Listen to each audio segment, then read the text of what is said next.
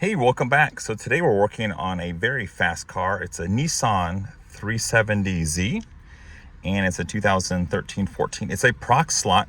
So let's go ahead and go through the procedure to verify the slot works and then also program the keys. You don't see too many of these, but yeah, let's go ahead and jump start into this slot process. So before we get started, we want to make sure that the sensor works. Not the sensor to program, but the sensor here, because it's a Prox-Slot where we put the key in there to program, kind of like an Ultima, Maxima, and Murano.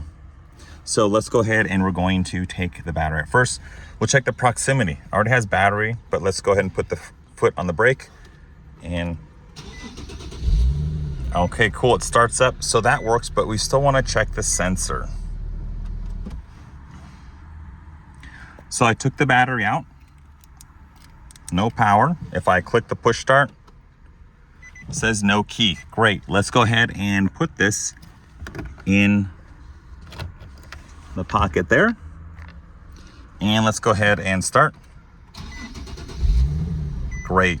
So that shows that the sensor can read the key and we'll be fine when we're programming, erasing, and deleting the keys. Okay, so put the battery back in and let's check. Everything's good. We just want to follow the procedures and make sure we're covering our bases. Great.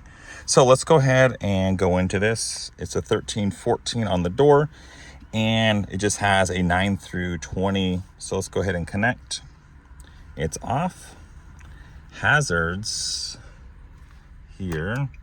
I think that's an aftermarket scan. It's pretty big. Ooh. And let's go ahead and read BCM just to save a step in case.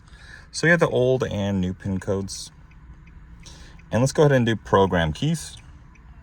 So again, we're going to pay attention. So it's going to say the slot or up against the push start button, because it could be a push start or turn start based on that Nissan or Infiniti software. Just pay attention. This is a slot.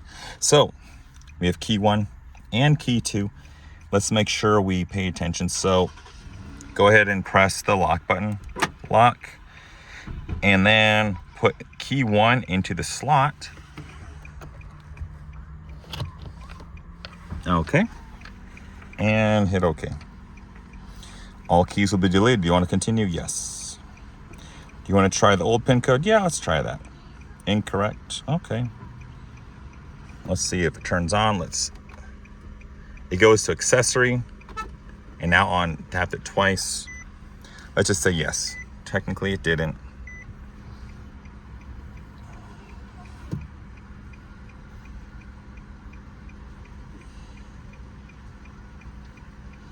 Switch off. Yeah, so it's declined. Let's use the new pin code. Okay, so I'm going to press this and it's going to go from off straight to on. Great. And switch off again.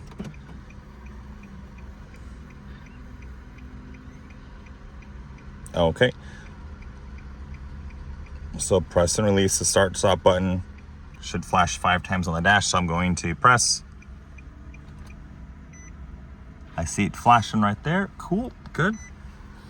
Hit OK. You're gonna program more keys? Yes. And we switch off.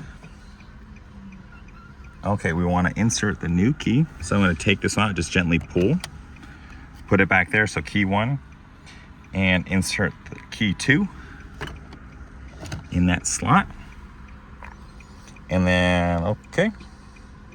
And I'm going to tap it.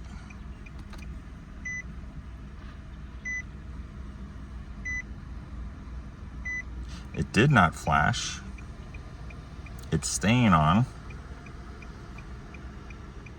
Let's see what happened. Security light's still on. Should be off, but it's not. Remove the key. Put it there.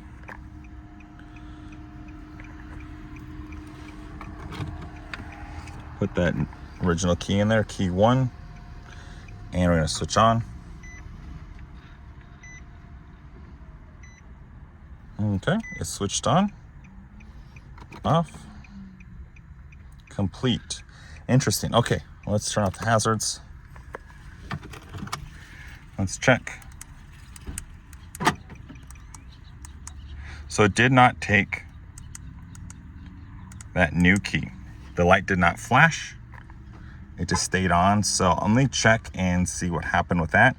But that's going to be the process we want to continue. Even though it didn't program, we don't just stop and abort. We want to follow through. So we still have one working key that we're still able to start the vehicle and not lose all program keys. Cool. That's still very helpful. I'm going to follow up on this on the back end outside the video and see what I can do. Thank you. See you. Bye. Okay, so I went back and I'm going to go ahead and take the new key. I'm going to put it in here and read it.